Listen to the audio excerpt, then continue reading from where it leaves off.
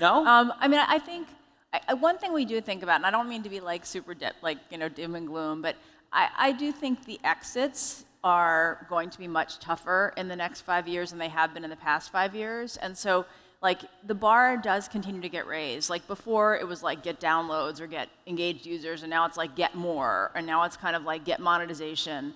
But the next hurdle is like what, not obviously in the next 2 to 3 years if you're a young company, but especially in the consumer space, a lot of IPOs are, as we all know, being a public company is really challenging and more challenging than it was 10 years ago, and companies are waiting way longer to go public.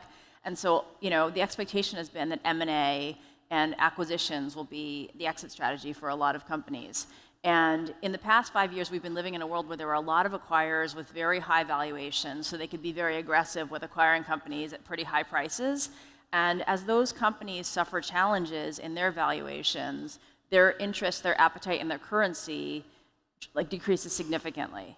And so I do think that high quality companies, product market fit, that's kind of the first block. But then the next block is also, even if you're thinking about investing in companies that are at that stage, you have to think about how are the employees and the founders and the investors going to have a liquidity event in the future. And I think that that's a more challenging thought process than it was before. Yeah.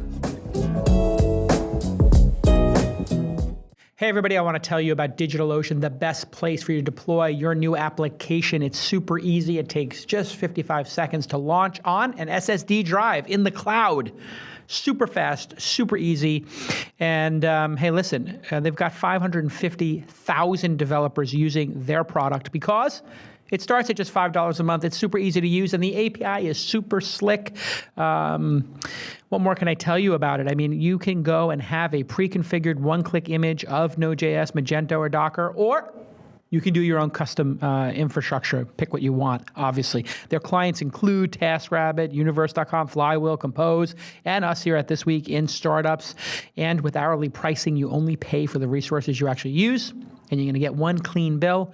Go ahead and visit DigitalOcean.com/twist, DigitalOcean.com/twist for a $10 credit. And it's really full circle for us here at This Week in Startups because the CMO, Mitch, was a guest caller on This Week in Startups, and he asked me, Jason, what should I do with my career? And I said, join a high-growth startup. And he did, and he co-founded DigitalOcean.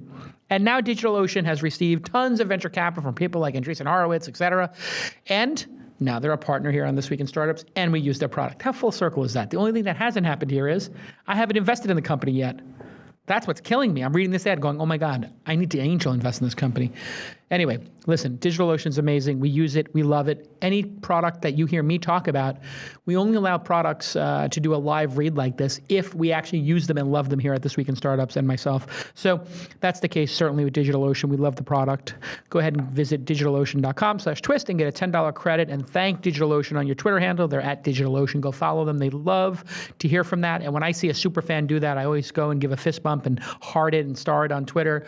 And I personally really appreciate it when you thank the sponsors because they love to hear that our fans are so loyal. Okay, speaking of loyalty, let's get back to this amazing episode.